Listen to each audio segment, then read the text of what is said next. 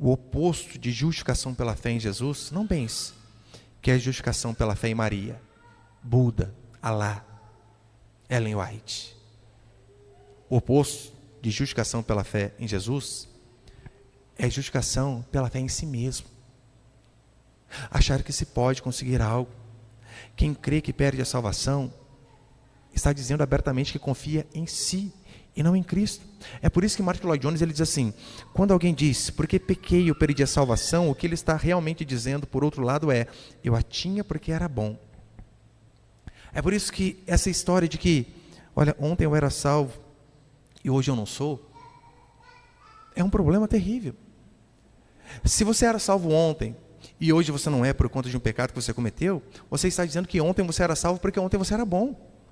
Você estava em obediência. Então Cristo morreu à toa. Você é capaz. Por esse motivo que nós podemos dizer, eu digo sempre, sem medo de errar. Não, às vezes eu digo isso às pessoas: pastor, cuidado. Não tenho dúvidas. Uma vez filho de Deus, sempre filho de Deus. Não tem como nos perdermos. Eu tenho certeza. Uma vez salvo, sempre salvo.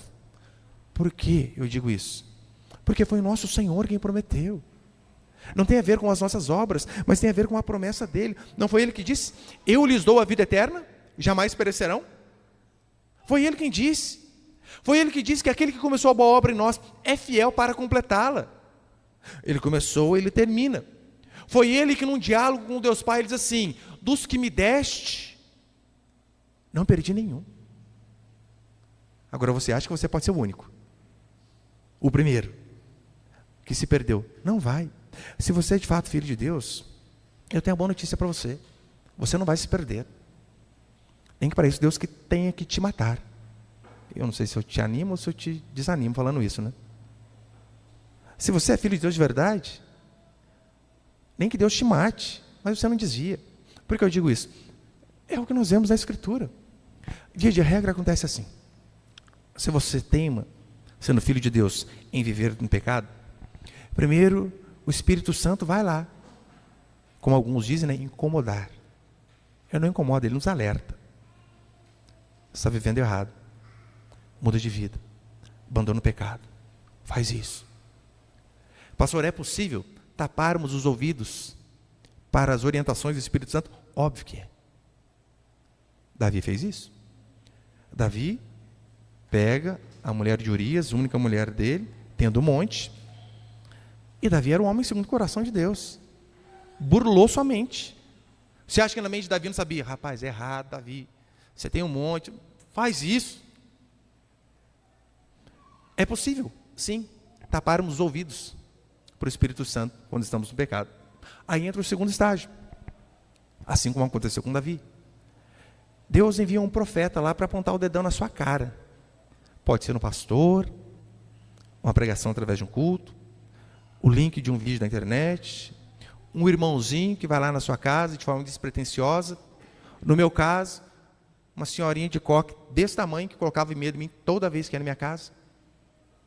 Ela ia lá, eu já tremi inteiro. Raquel, eu acredito que essa mulher está aqui de novo para falar com sua mãe. E toda vez ela ia: Rafael está aí? Eu saí de casa, sem exagero. Tanto medo que eu tinha da senhorinha, do coque. Cadê ele? Tem que ir para a igreja. Ai, Jesus amado.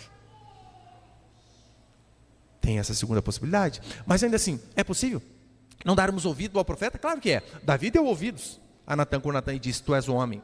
Mas é possível, ainda assim, nós não darmos ouvido.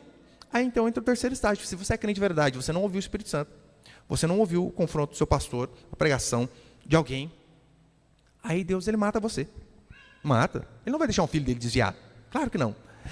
Paulo vai dizer que em Corinto havia um caso bem emblemático, onde um homem estava tendo um caso com a própria madrasta. As melhores traduções, os melhores teólogos vão interpretar como madrasta, mas há a possibilidade de ser com a própria mãe. Mas vamos ser benignos, ficar com menos pior. Estava tendo um caso com a madrasta. Provavelmente por ser crente, na igreja de Corinto estava tendo isso. Óbvio que o Espírito Santo falou ao coração dele e não deu ouvidos. Óbvio que os irmãos que estavam ali falaram com ele, ele não deu ouvidos. Aí olha como que Paulo vai orar. Reuni vós o meu espírito, entreguem o autor original infame a Satanás, para que o corpo seja destruído, mas o espírito seja salvo no dia do Senhor. Ele não quer se arrepender do pecado, não tem problema não. Vamos orar para Satanás, destruí-lo, matá-lo.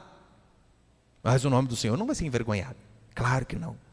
E assim funciona. Então, aconselho você, com o Espírito Santo falar, você já se arrepende, né? Não espere os estágios mais avançados.